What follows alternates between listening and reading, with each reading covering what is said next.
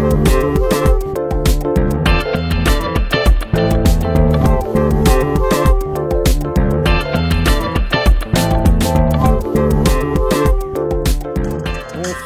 bonjour, je ne sais plus, rayonnement du corps noir aujourd'hui. Ça va nous permettre un petit peu d'expliquer le fonctionnement de l'effet de serre. On verra en première partie l'interaction entre lumière et matière, en deuxième partie la loi de Wien, la loi de Stefan Boltzmann et puis la notion d'émissivité.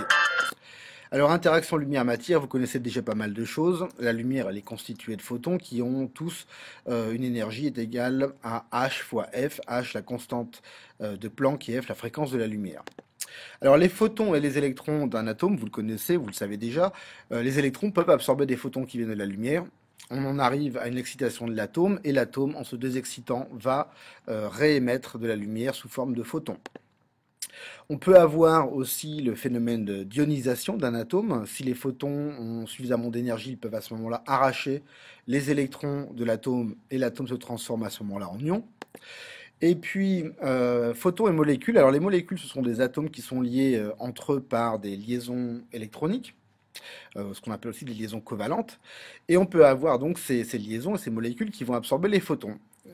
Évidemment, ces molécules vont retourner à un état fondamental pour réémettre en réémettant de la lumière. Alors, par exemple, le dioxyde de carbone et la molécule d'eau, elles aussi absorbent des photons et vont à ce moment-là réémettre des rayonnements infrarouges. D'ailleurs, le dioxyde de carbone et la molécule d'eau vont aussi absorber principalement des rayonnements infrarouges. Alors, pour le cas des solides, c'est intéressant parce que les solides sont en fait un ensemble très nombreux de molécules, chaque molécule étant constituée d'atomes. Et en fait, l'interaction entre la lumière et la matière dans le cas des solides devient beaucoup plus complexe que dans le cas d'un atome seul. Donc en fait, on va s'apercevoir que les photons n'ont plus besoin d'avoir une énergie particulière, une énergie quantifiée pour être absorbés par les matériaux solides. Et en fait, on va avoir pour des spectres d'émission, des spectres d'absorption des matériaux solides, on va avoir des spectres continus alors qu'ils étaient discontinus dans le cas de l'atome ou les molécules. Et donc en fait, l'absorption des photons par des matériaux solides va avoir comme conséquence une augmentation de la température des solides.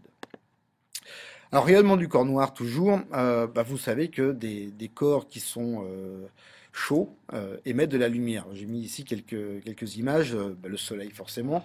On a un chien qui est vu à une caméra infrarouge, un chien il est chaud, il a la température de son corps et donc on peut détecter des radiations qui sont émises par le corps dans le domaine infrarouge. Vous savez très bien qu'en chauffant de l'acier, du fer, des métaux, il commence à émettre de la lumière. Et puis là, vous avez aussi une photo du fond cosmologique à basse température, 3 Kelvin, mais qui a aussi une certaine quantité de chaleur. Alors, tout corps chauffé va émettre de la lumière.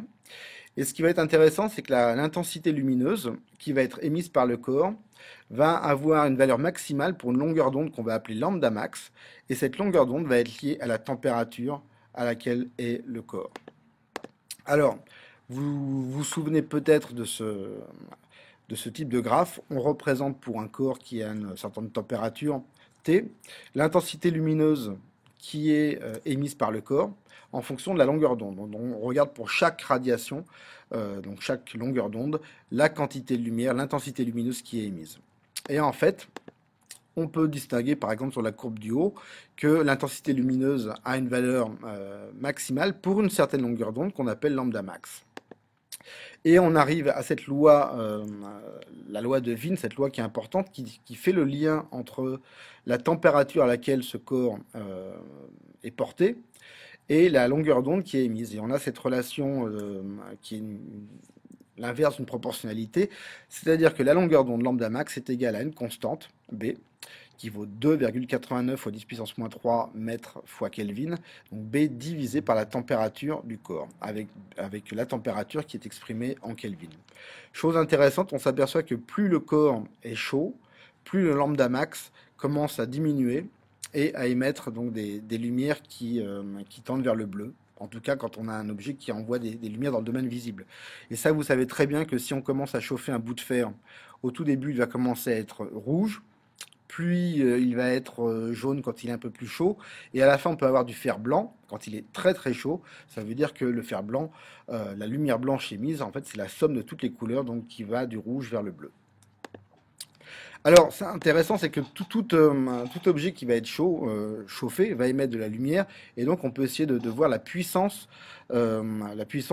émise par l'objet. Et en fait, les physiciens Stefan et Boltzmann ont ou trouvé une relation entre la puissance par unité de surface émise par un corps quand ce corps est à une température T. Et cette loi-là,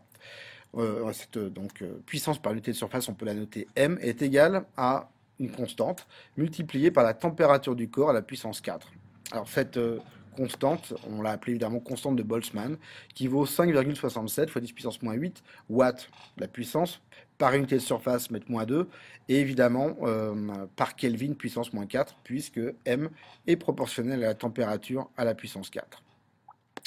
Alors l'émissivité E, qu'est-ce que ça veut dire?